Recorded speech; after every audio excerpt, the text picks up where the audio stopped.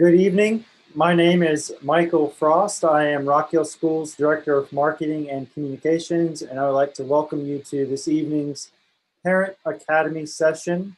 I have the privilege of introducing Dr. Nancy Turner, who is our Executive Director of Exceptional Student Education and one of the masterminds behind the Parent Academy sessions that we have started this year in Rock Hill Schools in partnership with Winthrop University and other community organizations. At this time, Dr. Turner will tell you a little bit about the programming and other opportunities that we are making available throughout the winter and into the spring with dates already scheduled. So Dr. Turner, if you could do that and then introduce tonight's guest speaker. I sure will, and thank you, Michael. And good evening, Rock Hill. Well, Rock Hill Schools is in partnership with Winthrop University and other community partners, and we are so excited to continue our Parent Academy this week. The focus on providing parents information, and tonight on restorative practices. It is a free session open to all Rock Hill community. Tune in, certainly, to the Rock Hill Schools YouTube channel for the live stream, or you could visit later or watch it again and watch on demand from your smartphone, tablet,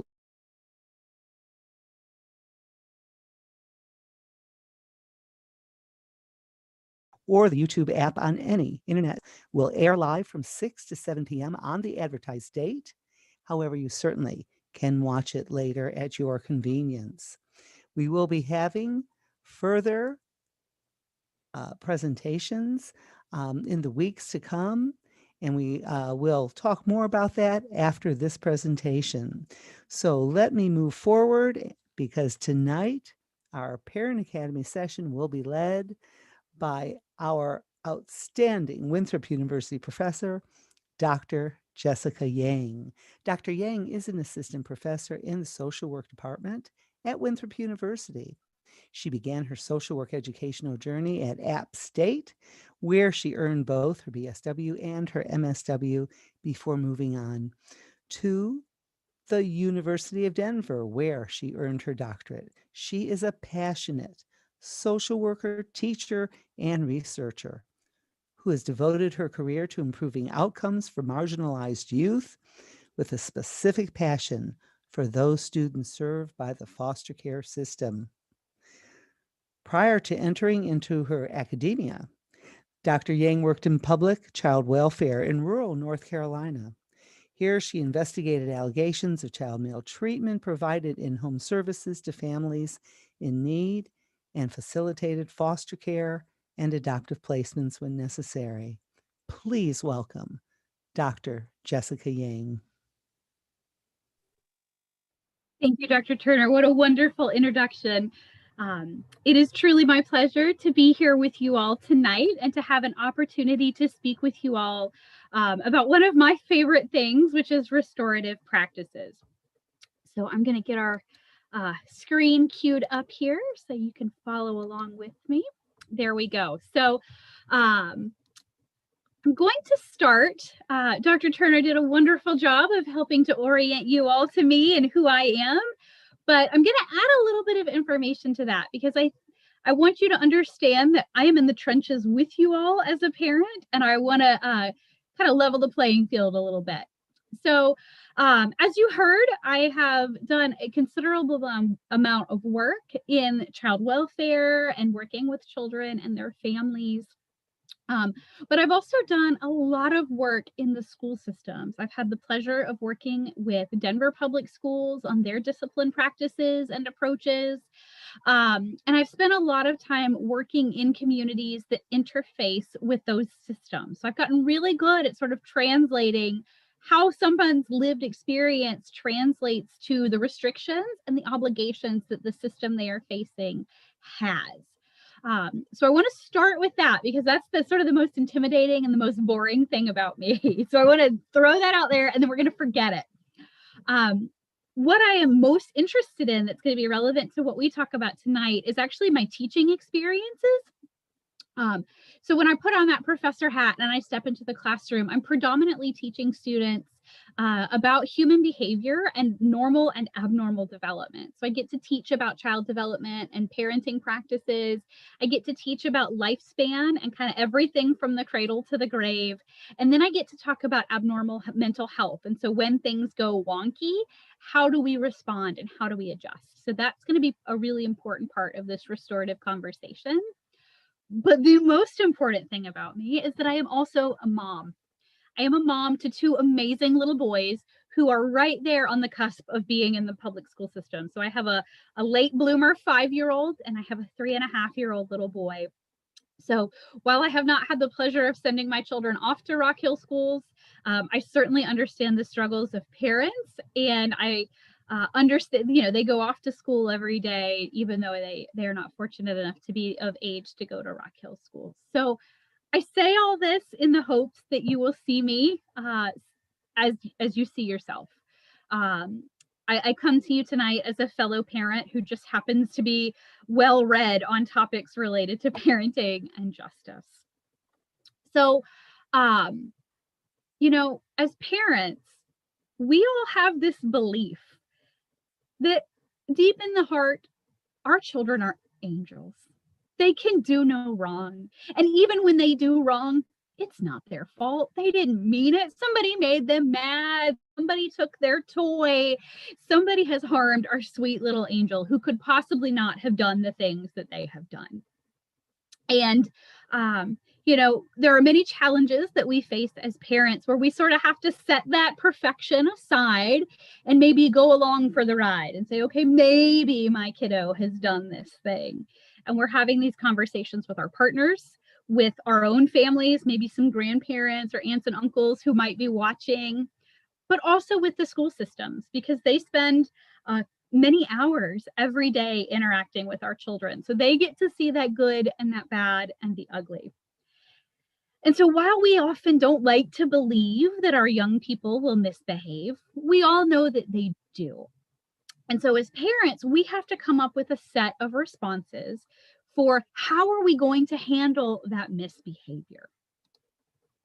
So I want to talk through this image a little bit because it's a lot and it's a lot to sort of digest. But before I tell you anything about this image, I want you to kind of focus in for a second and hear me loud and clear that I am not going to talk to you about parenting styles because I am here to judge or shame you for how you parent your child. We are going to find the humanity in all 4 of these boxes. We're going to see a little bit of ourselves in all 4 of these boxes. But my hope is that you can kind of find a box that resonates the most with you so that you can understand what sort of parenting approaches and perspectives you are bringing to this experience that we call parenting and discipline, but also to help you have conversations with the teachers who are working with your kiddos. Maybe you have to talk to a principal because the kiddo has done something. And so how can we sort of have a common language to talk about child behavior and discipline? So this image here kind of situates parenting approaches on a low to high scale for expectations, and then a low to high scale of emotional warmth and support. So I want to start in the top corner with the one that has the big 2 on top. And this is the punitive parenting box. What this means is that as a parent, you believe that it is your job to make sure that you are very strict in making sure that your child meets very high expectations. You hold them accountable for what they do. And you believe that the best way to discipline your child. Now, what do I mean by punishment? I mean, you have a child who doesn't listen. Maybe you told them to stop hitting their brother and they hit him again. And you choose to punish that child by giving them a spanking because they need to sort of make up for or make penance for their misbehavior, for their transgression. And so you'd use something like spanking, timeouts, like things like that as a way to hold them up really high accountability, but not so much warmth, right? Maybe you feel like it's not your job to coddle them or it's not your job to baby them. And I don't know about many of you folks, but I certainly, when I hear this description, I think of my own parents and kind of that generational mantra, right? You spare the rod, you spoil the child, that type of approach to parenting. So again, this is not with judgment, just observation. And then we're going to move kind of counterclockwise down to that. Oh, I forgot to tell you what the 2 means. The 2 means that you are doing discipline to your child. It is your job as the adult to impart discipline, impart wisdom and knowledge on the child, right? It's not, you're not going to sit down and have a conversation about it. It's something you do to them. So that's that upper box. Down below that, we have the box that says not. And so this box talks about parents that are often characterized as being neglectful. So here we're talking about parents that don't have high expectations. They have very low expectations of their children, and they have very low emotional support. Now, I don't want anybody to be turned off by this idea that this is neglectful. That's a term, but that comes out of psychology. Certainly not necessarily saying that you reach the level of like criminal neglect, putting on that child welfare hat. These are parents who are often struggling. These are single parents. These are parents who are going through really tough life situations, divorce, homelessness. Maybe the parent has their own mental health concerns or substance use needs. And so these parents kind of pull back and disengage from their kiddos because, you know, we all hear about filling our cups and how we can't give to others unless our own cup is full. Parents who behave in neglectful ways, their cup is so empty that the cup shriveled up, turned to dust, and the cup dust was blown away in the wind. So they can't even begin to pour into their child because they are so empty themselves. And so I think with the pandemic and all of the quarantines and all of the social unrest that's happening, we can all relate to this box a little bit. Maybe we've had days where we let our kiddos get away with something that they shouldn't, or they really needed us to be there to support them emotionally, but we just couldn't in that moment. So I don't want you to hear this box of like the former child welfare person knocking at your door telling you that you're neglectful. It just means that you've withdrawn from disciplining the child. Next, and so the not means that you are not disciplining, you are not engaging. The next box is the 4, the permissive parent. And so this type of parenting was really popular about a decade or 2 ago now. And this was the like, you need to be your child's buddy, their best friend, because their emotional development is far more important than discipline. So if you make sure that they have that social emotional learning, that you're able to manage their feelings, that you're able to give them nurturing and love and warmth, they will eventually develop the ability to manage expectations because their emotional cup is full, their emotional needs are met. So this looks like a parent who their child says, well, can I have candy for breakfast? Parent says no, and then the kid begins to cry. So the parent feels bad that their sweet little darling is crying. And so they give in because they don't want the child to be upset, because if they're upset at breakfast, they're going to go to school on the wrong foot, and then things are going to get out of control, and then they're just going to have a bad day. So they say, you know what? Fine. It's not worth you being upset. Have the Snickers bar and everything will be okay. Again, I think we've all been in those moments where it's just not worth the fight. And you're like, you know what? There's peanut butter or peanuts in a Snickers. There's some protein. So you know what? Have at it. Like, there can't be any more sugar in a Snickers bar than there is in some of those breakfast cereals they market to kiddos anyway. So there's that one. And the 4 here means that you are taking the brunt of the discipline for your child. So you are the one who is taking on and internalizing the expectations, the rules, the structure. All of that comes into you as a parent, and you really shield your child from a lot of that. Last, we have the box that we're going to spend the most time talking about tonight, and this is the with box. This is the restorative box. So these are parents who have really high expectations for their kiddos, but they also meet that with really high nurturing and support. And so what this looks like is, let's say, like what's going on in my house right now downstairs, it's almost bedtime for my kiddos. So Let's imagine I told my youngest that it was time to pick up your toys so that we could get ready for bed. He says no. He starts hollering and screaming and throwing toys. Imagine your child's last tantrum here. And you sort of, you sit down with them and you say, you know what? I hear you. You're really frustrated. You were playing. You don't want to go to bed. You're not tired. Let's calm down. You meet them, you calm them down. But now their brother, who didn't have a temper tantrum, gets to watch TV. Whereas this kiddo doesn't get to watch TV because he has to stop and pick up all the toys and all the mess that he created. So you're still holding him accountable, but you're doing so with a lot of warmth and a lot of empathy. Now, this is the box that we're going to drill down in for the restorative practices. You see the word is even in there for restorative, but it's not to say this isn't ideal. Okay. I don't know about you, but I can see a little bit of me in all of these boxes. And I know that restorative approaches to parenting take a lot of extra effort, especially in a time with all of the unrest going on and all of the chaos. A lot of us are kind of juggling that like punitive, neglectful line, because it's like, we don't want you to backslide and forget all the manners and everything that you do before COVID, but we're also drained and overwhelmed and overworked and overstressed. So we're going to drill down on restorative tonight because I want you to see how it's being used in schools, but also to see how maybe you can start to incorporate that in your own home if you so are inclined to do so. And we'll talk about why we're going to drill down onto this approach here in just a minute. So just kind of make a note for yourself of which one of these blocks you most resonate with, because we'll kind of revisit that as we move forward.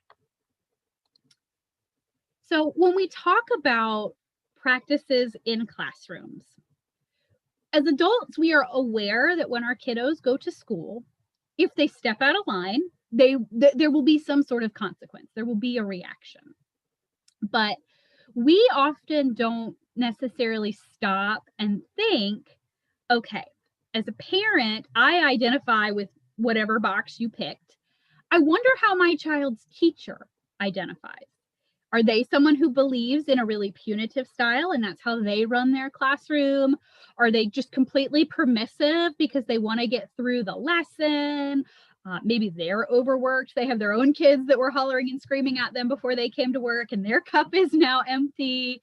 We know that it's happening, but we don't ever really do a whole lot of investigation into that. But as parents, really the only people involved in our decision of how we want to parent is ourselves, maybe if we're a single parent, or our partner if we're in a two-parent home, maybe some grandparents or extended family if they have a really hands-on role in raising your kiddos with you. But it's really kind of a small circle of influence.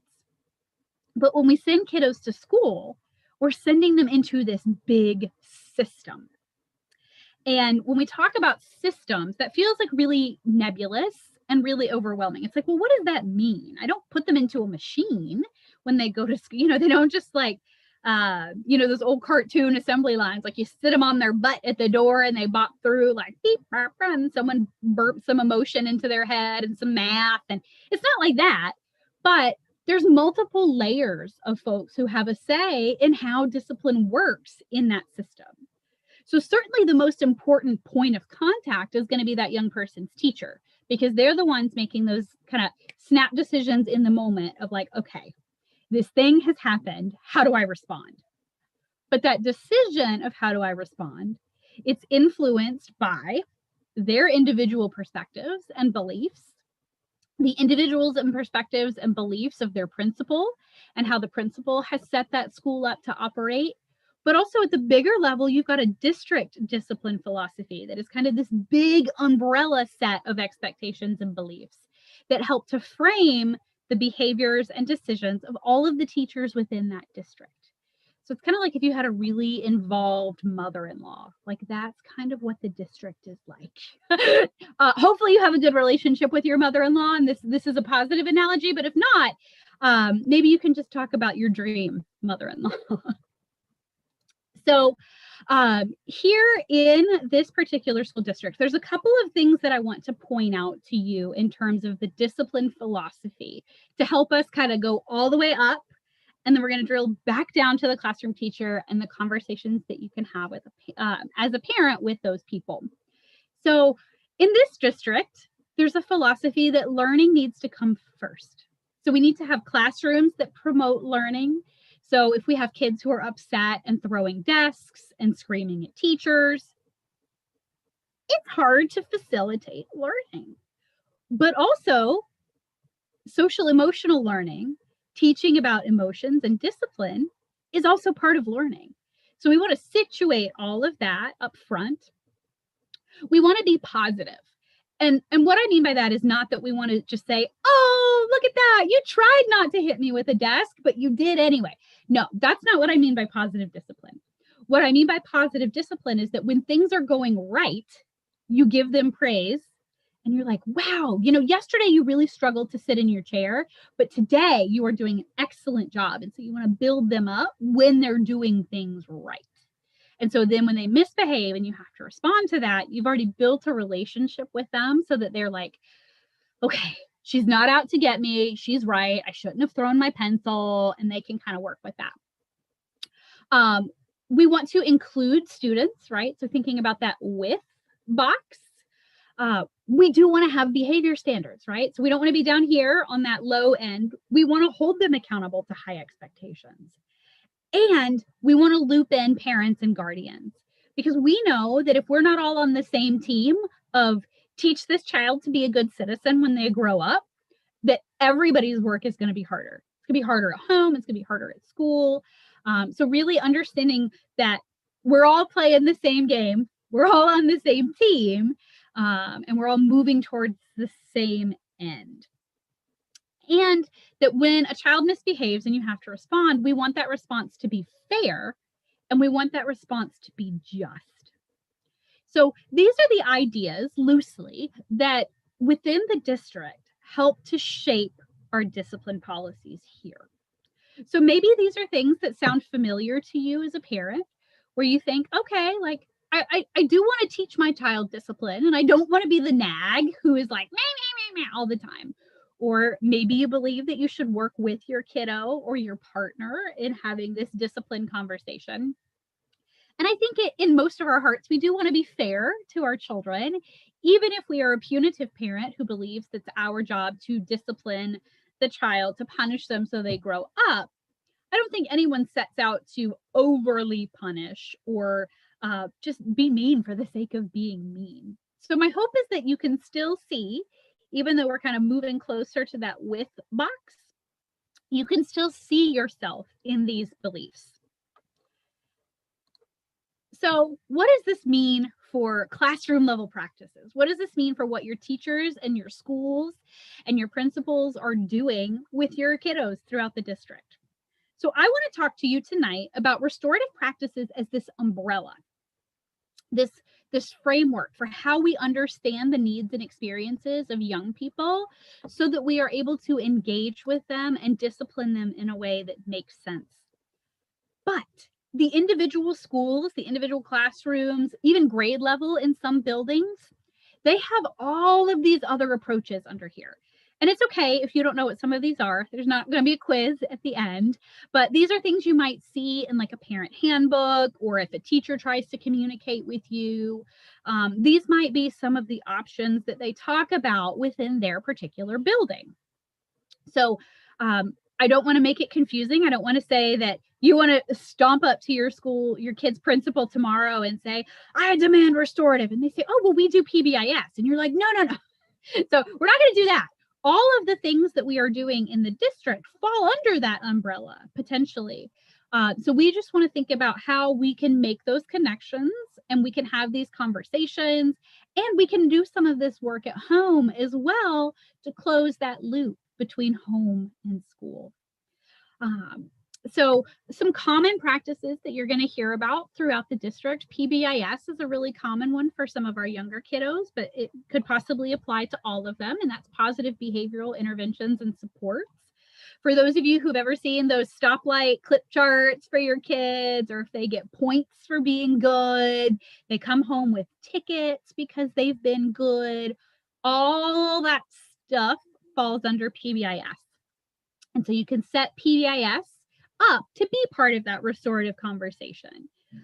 Certainly, if your child struggles, they might need a behavior plan or some other individualized interventions. But we're going to talk a little bit more about the specifics later. And I've been talking a lot about them lately. And so we're going to, I want you to keep this in mind, that restorative box, that with box, is kind of an umbrella that shapes how we make the decisions, but that we've got these specific tools that help us drill down into those decisions. So I want to talk to you now about restorative practices specifically, and what that is and why that matters. So restorative practices actually started in criminal justice. Didn't have anything to do with schools at first. It was this Canadian probation officer who was dealing with some crimes related to property. And he thought, you know what? This person vandalized their neighbor's property, and I could send them off to do some random community service because that's what the crime and punishment system says that they should do. But wouldn't it make a lot more sense if I sent them back to the person's property they vandalized and have them fix what they did? So this probation officer got these folks together, and they had an opportunity to talk it out, and they came up with a solution that would work for both of them, rather than the person whose property was damaged having to fix it and repair it anyway, and then this other person going out and doing community service, like picking up trash on the side of the highway. So we kind of got at everybody's needs, but we did it in this really restorative way. We were able to bring folks together. And so restorative practices is that philosophical shift, right? Going back to that umbrella about how we think about misbehavior. And so this started in criminal justice, kind of formally. This is something that's been used by cultures and indigenous communities throughout the world for hundreds and thousands of years, but it was kind of formalized and put into an replicable practice, right? You could manualize it, pick it up, and move it somewhere else about 5 decades ago, and has since moved out of criminal justice and into schools. We see it moving into even severe crimes. They've even been able to use this in instances where like people have lost their lives and other really egregious crimes. We've seen it used in juvenile justice and community courts, even in mental health and substance use courts, to try and repair that harm that was caused by crime or misbehavior. So when we talk about restorative practices and young people, I don't want you to hear me saying that we are not holding these people accountable, because we absolutely are. So the 3 main things that we aim to accomplish by using a restorative framework, using these restorative practices to understand, is first, the person who has misbehaved. Okay, we're going to switch away from crime into misbehavior, because students in schools typically don't commit crimes, but they do misbehave. So when somebody misbehaves, we want them to be able to sit down and understand and be able to talk about the impact of what they did. So if you had a fit and disrupted your whole class, how did that impact your classmates? How did that impact your teacher? How did that impact you? So we want to be able to get those kiddos to a place where they can think through this. And some of you who are parents to older youth might think that this fits a little better with those because they have the cognitive ability to sit down and think that through. But I'll tell you, you'll be surprised. Even pre-K, they're able to sit down and think through, okay, well, I stole my friend's favorite sticker, and now they're not sure they can trust me. And even 4-year-olds can kind of put that together. So we want to teach them the skills and give them the support to understand the impact of their behavior on others. That's something that we want as parents. We want kids to understand that when they misbehave, it affects people around them. It's not just about them. Kids by nature, developmentally, are very selfish, very self-centered, because they just don't have the emotional skill. And so this helps them build in that developmental component. It also forces them to take responsibility for what they did. So not just how did your behavior hurt somebody else? How did it harm them? But what is your responsibility to fix it? And so you build in these conversations about like, yes, you were upset, you were frustrated, and you lost control. You let your emotional brain take over your logical brain, and you responded out of feelings and not thoughts. And that's a valid thing, right? You had those feelings and that mattered, but you are still responsible for the fallout. You still have to do the last bucket, which is make it right. Maybe you have to apologize. Maybe you have to go back in and pick up that classroom where you had a fit and were throwing stuff. Maybe you lose recess because you have to write an apology letter to your teacher because you called her an ugly name. So we want to rely on natural consequences to help them see how they committed a wrong and they need to make it right. So if you have a kid who does something and you just say, fine, after school suspension. For some kids, they really struggle to make that connection of how that after school suspension, for example, is going to help them not do the behavior again. But if they have to sit down and write an apology letter to their teacher, and then they have to read that letter to their teacher and say, dear Mrs. Yang, yesterday when I yelled at you, I was yelling because I was mad. And I was mad because my next door neighbor took my pencil and you didn't see it, but you just yelled at me for talking. And I felt really upset. So I yelled at you, but that was a bad choice. I shouldn't have yelled at you. Here's what I should have done instead. And they get to kind of go through those steps of repairing the relationship with that teacher or classmate or classroom, whatever that may be. Now, these are things that many of us do as parents, right? You have two siblings arguing over something. Somebody hits somebody else and then they break the toy. You sit down and you find a way to make it right. Well, how would you feel if your brother did that to you? I probably say that 500 times a day. With two kids 17 months apart, there's lots of bickering. So, how would you feel? What could we do instead? Those are conversations that come frequently for many of us. So this should feel a little familiar at this point. So why do we want to use restorative practices? Why should we even care? So we're going to step out of kids for a moment and we're going to step into ourselves and we're going to think about work. We're going to think about our relationships with our partners, our relationships with our family. Very few of us enjoy it when people do things at us. When your boss talks at you, when your coworker talks at you, when your partner gets mad and instead of trying to problem solve with you, they just make decisions for you. Most of us don't like that. We don't necessarily sit down and reflect like, wow, that was a conversation that was to me and not with me, but that feels really icky. But when we get that emotional response to a conversation, a lot of times it's because people weren't being collaborative. They didn't hear us. They weren't doing things with us. They did things at us, for us, or to us.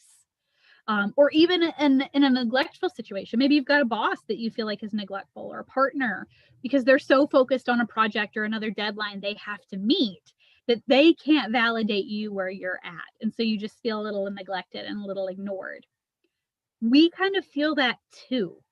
And that's what restorative practices allows us to do with a lot of intentionality. It allows us to be with these young people. We can meet them where they're at with their emotions, with their feelings, with their thoughts. We can help them process through it, and we can help them come up with solutions to fix it rather than just nagging and disciplining at them. Now, that said, I know it takes a lot of work. I know, trust me, I know. This is something I try to do with my own kids, and there are many days that I don't do it. I am too tired. The need is too urgent, right? Maybe we've slapped each other for the 14th time today, and timeout is the only way to go, because not only do they need a timeout, mama needs a timeout too. So I'm not saying that you have to like sit down and be Mr. Rogers every day for the rest of your life. But when used intentionally with some focus and some rationale, this can be a really powerful approach in our classrooms, in our homes, even with our families and our partners. And certainly when things go wrong in our communities, we can talk about how to have those restorative approaches. So this isn't just in the classroom, it's just not in your parenting role, but just kind of how we talk to others and how we approach those conversations. So I want to talk for a few minutes about an example of how restorative practices could look in a school. Now, I want to be very transparent that this slide is not one that is specific to Rock Hill School. So I'm not trying to say that there's like one school that does this terrible set of things and another school that does these perfect set of things. So I don't want you to listen to this trying to be like, which one of these is my kid's school? None of this was based on Rock Hill. This is a graphic that was built by the National Education Association to help educators understand restorative practices. So it's very stereotyped, very generic. You can even see the little NEA logo down at the bottom. I have used their image. I did not craft this, so this is in no way shade to any school in the district. But kind of on the left-hand side, we're going to have a series of events that depict a zero tolerance school. Now, many of us have been through, we've sent our kids to, we lived through a school that had zero tolerance. And that comes out of some legislation that was passed in the early 90s. It actually started, it was intended for gun violence and substances in schools, but it kind of evolved into all misbehavior in some places. So that zero tolerance approach is going to be on the left in red. And then the restorative based approaches are going to be on the right in the green. So we're going to kind of talk through what this would look like in two schools. So we got a little kiddo, according to this image, his name is Carlo. So Carlo arrives at school, walks in the building. If he walks into a zero tolerance school, it might feel like his experience might be he walks in and he's met by metal detectors. He's met by police. He might be searched when he walks into the building. Maybe, I know in some of the bigger districts that I've worked with, kids aren't allowed to have backpacks. They have to have either clear backpacks or they got to dump everything and put it through a metal detector in the morning. So we have that sort of experience. But in these restorative based schools, you've got like teachers out in the hallway walking as kids walk by, they're talking to kids. Maybe the teacher's not going to see that kiddo till fifth period, or it's not even their grade level, but they knew their sister and they talk to them. Hey, good morning. How's it going? Love your shirt. Oh, your shoes light up. How cool is that? And so it's more about that greeting. And certainly they're watching for safety, right? They're looking for kids who are coming in tears when maybe they normally don't. They're looking for, if a kid brings something to school that they shouldn't bring, whether that's a weapon or a peanut butter sandwich in a peanut-free school, right? They're still looking for all of those things, but it's a very different approach, right? Are you met with a metal detector or are you met with a smiling face that's happy to see you?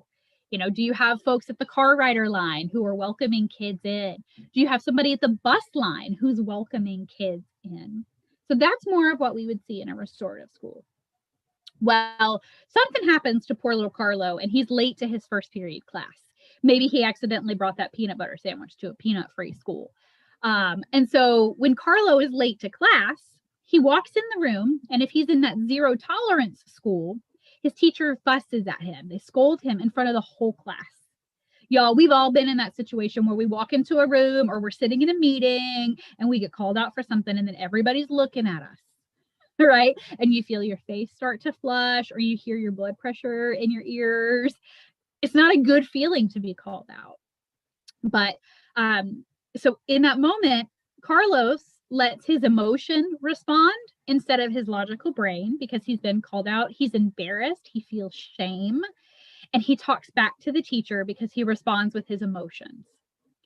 So the teacher's response at that point is to send him to detention because talking back to a teacher is not acceptable. And so it's his job, or it's the teacher's job, to punish Carlos for his mistake. That's a typical pattern that we would see in a zero tolerance school. Now, in a restorative school, when Carlos is late to class, his teacher makes a note of it. She jots it down on a little sticky note or a mental note.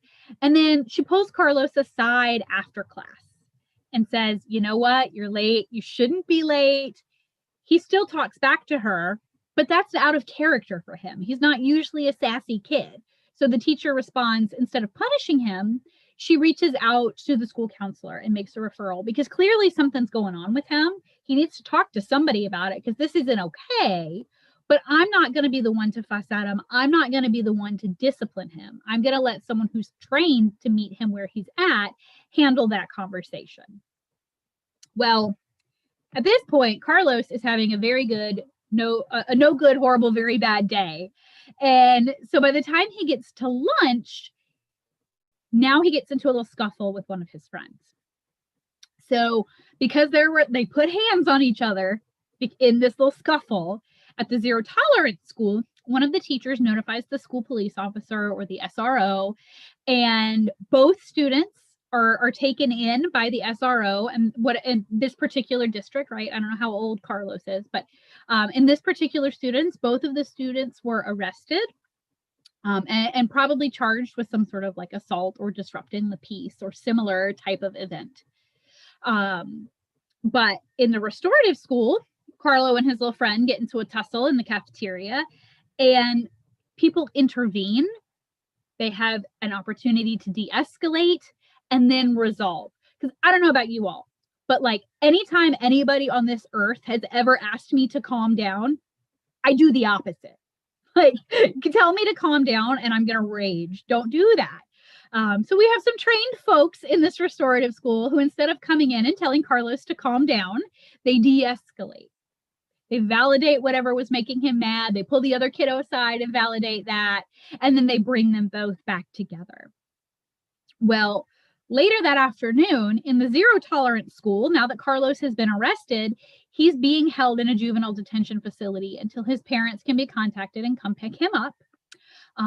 Because the juvenile justice system is very different from the adult system, and you can't release a juvenile except into custody of another adult. So it either has to be a parent or child welfare or some other sort of legally responsible entity. You can't just be like, now don't do it again. You have to release the child into somebody's custody. He's also facing a suspension at his school because of his behaviors. And depending on how long he was held at juvenile justice, he's also missing school. And now he has an arrest record. So that's a pretty significant ending to what started as just a minor bad day. Now, in a restorative school, Carlos and the other students sat down and had an opportunity to participate in a restorative dialogue. We're going to talk about that here in a little bit. And together they cleaned the cafeteria during their free period to kind of make up for the problems that they caused in the cafeteria. And then they have to resolve the conflict with each other and then continue that conversation at home with their parents about like, dude, how did you let this bad day escalate all the way up to this? Again, these are very stereotyped and kind of obvious, like egregious examples of what would happen. But you can probably see some elements of things that you've lived through in both of these trajectories. So why does this matter? Well, I'll tell you, let me back up. We'll get to why it matters. I want you to know that restorative practices contain a lot of things. So when I talk about a restorative school, it's not a singular set of things that school is going to do.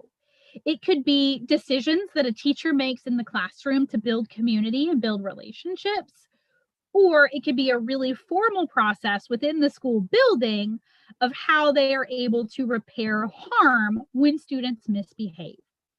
So again, there's no test after this. I don't expect you to memorize this image. There's a lot of things here, but these are just different types of responses that we can have in that sort of restorative school. The ones kind of on that first line, we hear every voice, we listen to hear, and we use affective statements. Those are less formal activities that we can do along the restorative curriculum. And those are just shifts in how we talk to people. And then you get all the way down to this bottom where we're talking about modeling behaviors, vulnerability, and facilitating restorative conferences. Those are really formalized approaches that are often found either in a teacher's formal classroom policy or in a school's discipline policy. Even in some districts throughout the country, you see district-wide policies that state they have to do these things.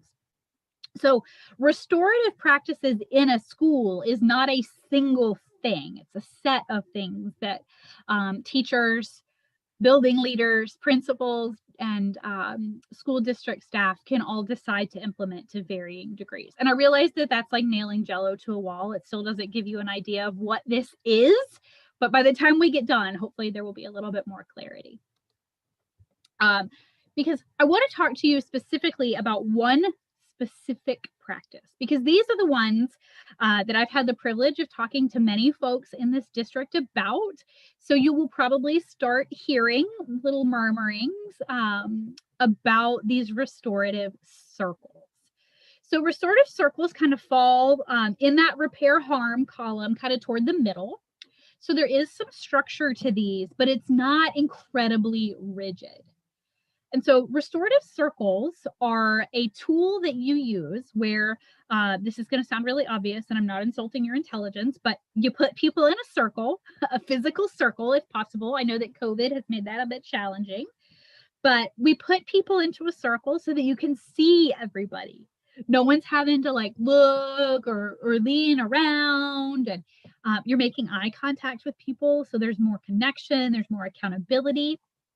And so what we've been talking to folks about throughout the district is how to use restorative circles in their classrooms to build relationships among their students.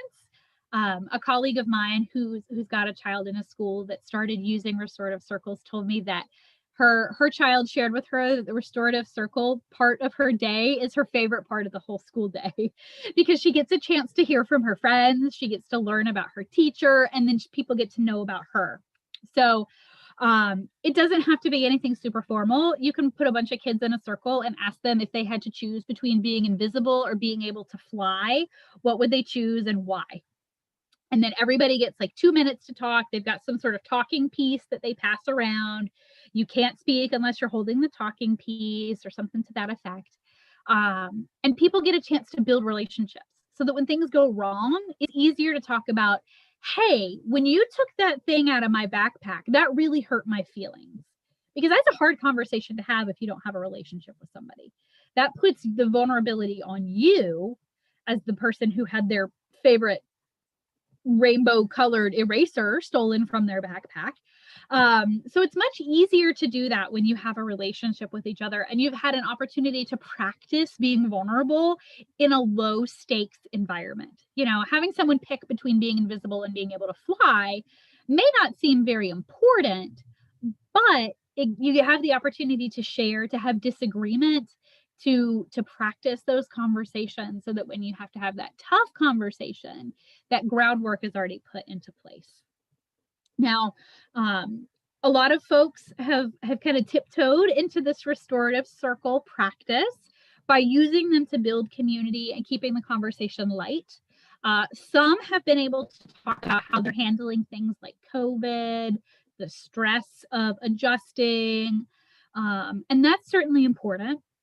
But we've also been talking to folks about how they can use these circles to repair harm. When misbehavior happens, how do we respond?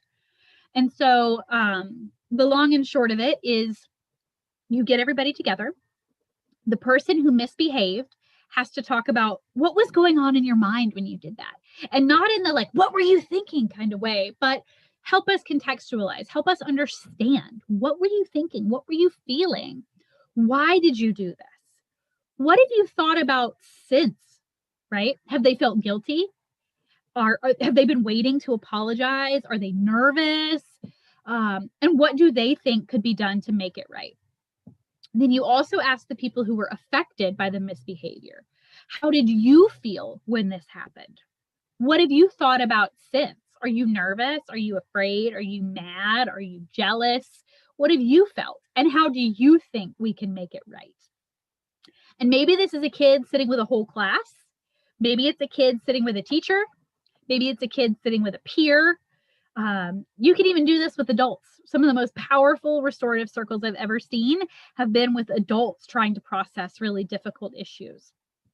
So any and everything are things that we have suggested. You can even do this. You can have like family meetings that use this restorative circle framework. For a while, my kids and I were doing like a morning meeting circle during COVID when I was kind of homeschooling them as a way to maintain some normalcy for them. So you can absolutely take this and do this at home. If your kid says they really love it at school, bring it on home, right? Make that connection. Start making some of that if it speaks to you. Certainly there are other practices that we are hoping to provide some support for, including some of the more advanced techniques, some of that really intense dialogue and problem solving about how do we repair harm. We could be here every night for a week and still not cover all of that. But I just wanted to make you all aware of this idea of circles, because it's something that's going to be will likely be creeping in as your child reports their day and what they've been up to at school. But why does this matter? Why do we care about restorative practices? Why do we even want to have conversations with our children's teachers and principals about the kind of discipline they're using in the building? So what we know is, I'm going to put on this research hat for a minute, but I'm going to try and keep it simple because I could go really far down this rabbit hole.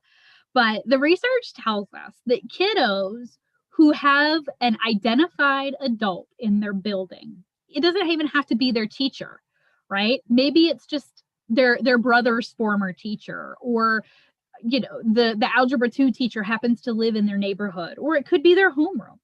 When kiddos have an adult in the building that cares about them and they feel like somebody would notice if I wasn't at school, somebody cares about how I'm doing, that we have increased opportunities for educational success. When kiddos feel cared about, when they feel like someone is watching out for them, they get better grades, they're better connected to school, and they have better outcomes into adulthood. So these young people are more likely to have pro-social behaviors. So they follow the rules, they don't commit crimes, they don't break curfew, they're less likely to backtalk. What parent doesn't want a kid that doesn't backtalk? Just saying.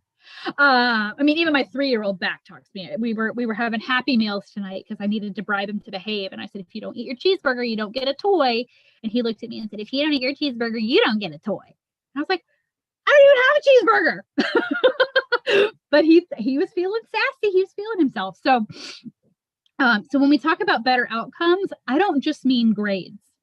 I mean kids that are less likely to go out and break into something because they're bored.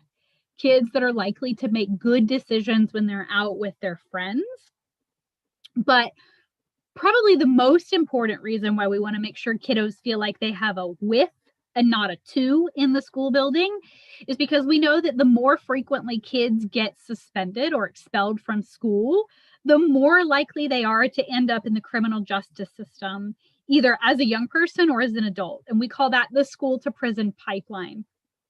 So we all have to work together to take steps to make sure that our kids have adults that care about them. They are able to identify those people, and that we can work kind of that one team, one Rock Hill, right? We're all here for the same purpose. We have to make sure that our young people understand the causes and the effects of their behavior, and that there are people on their side, and that they can use that to make better choices so that they don't end up getting suspended. They don't end up getting expelled. Now, I'm not here, parents, tonight to tell you that this is all on you. It's not. I've had the privilege of speaking to principals and building leaders and teachers starting in June, and we are continuing to have these conversations. So it's kind of, we're lighting the candle at both ends, hoping that it will burn down into the middle of having a community that understands how to support and care for the young people that it serves. So this is just some food for thought for you. And it's easy to integrate restorative practices into your home discipline strategy, even if you just try it out for a little bit, right? Maybe you're a punitive parent, but you're feeling particularly generous one day. And so you decide to have a restorative dialogue with your kiddo.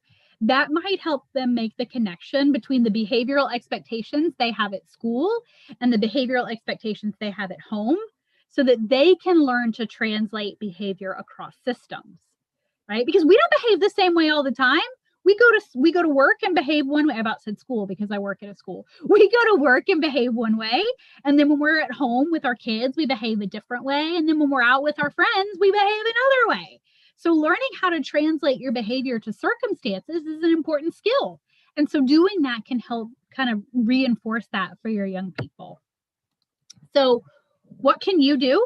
If you feel really compelled and jazzed after watching this, what can you do? So you can reflect on your own discipline style. Where do you stand?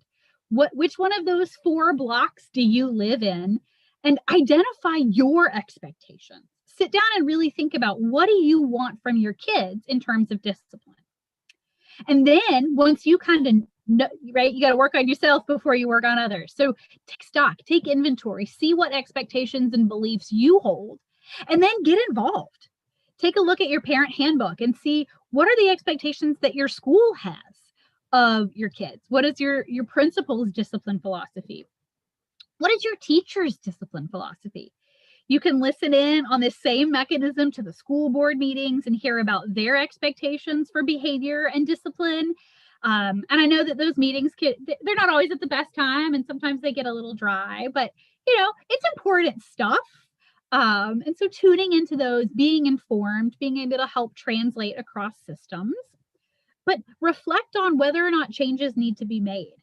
Not only for you, but maybe in how you and your child's teacher work together to respond to that young person, right? How can you meet in the middle, identifying your 2 discipline styles to meet the specific needs of your kiddo, but also understanding that our kids are really struggling right now. There's a lot of loss. There's a lot of grief.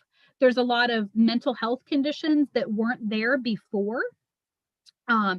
Not only in our kids, but in us. There's a lot of anxiety, a lot of stress, a lot of depression. We're living through a collective trauma right now, and that's going to cause symptoms in a lot of people. So are there changes that need to be made? And who can you turn to for support? Who is your village? Is your child's teacher part of your village? Could they be? Now, I'm not saying you should call them up to babysit for you on Thursday night when you want to go out for a date night, but they're spending a lot of time with your kid. And, can you have conversations about, I found that my kiddo doesn't really respond to this. So maybe we can talk about how he does respond. Or if he's behaving really well at school, what strategies do you use that I might be able to try at home? So who can you turn to for support? And maybe sometimes it's not the teacher, or maybe it's not your partner. Maybe you want some additional resources. So I went out and tried to find some for you here in the local area. So if you're watching this on a playback, you can pause it and kind of jot down some of these websites for you. But we do have the scparents.org website that goes through not only like courses and classes that you can take, but just kind of some articles and things that you can read there. Parent Smart with Rock Hill Schools does a lot to support parents and families. In fact, one of my colleagues is doing some sessions for them, so you might get to see her and doing some of that work. And there's also the Family Connections southcarolina.org website, which is another great resource for information, for classes. There are many local agencies that provide parenting classes, either at no cost or low cost. Not to say that you are a bad parent and need to be fixed, but children don't come with manuals. Like, life would be so much easier if when you gave birth to a child, you a little QR code and was like, here's what you need to know to discipline this specific child. But they don't do that. And man, I wish they did. So sometimes it's just hearing things in a new way or getting a new perspective that maybe you hadn't considered. So if you feel compelled to reach out and you want some of that parenting support, these are some resources for you. But also, I'm really excited about restorative practices and school discipline. It really is a problem. Like, I should probably see somebody for this, but you are also all welcome to email me if you have questions or would like clarification about anything that I have shared, or, you just have some feedback. I would be more than happy to hear it. So you can reach me. As Dr. Turner shared at the very beginning, I'm an assistant professor in the Department of Social Work at Winthrop University. My email is, that font didn't show up well, so it's yangje@winthrop.edu, and I would be more than happy to hear from you. But I appreciate your time, and I'm hopeful that this was useful for you, because I know I enjoyed sharing this information with you tonight. Dr. Yang, thank you so much. That was amazing. We You are love your presentations. thank you. And whether we are parents, grandparents, guardians, I know we can relate to your real life examples and your wise advice. So, as a reminder for our Parent Academy and to all our parents and guardians, these sessions are free. They're open to the Rock Hill community and beyond. Our future sessions will include on December 1st, ending the silence for families through NAMI with Miss Judy Rappius. On December 3rd, taking a look at experiences with diversity with Dr. Constance Huggins. And then we have an outstanding panel discussion with all of the experts that have been talking on our Parent Academy so far. So we look forward to that. We have a full schedule as well in December and for the next year, 2021. And we'll be happy to see, of course, 2021 come as soon as possible. So thank you again, Dr. Yang. Thank you, Michael Frost, for making this happen. And we will hope to see you all on December 1st. We will continue to work together to navigate this pandemic. Good night, Rock Hill. We'll see you soon.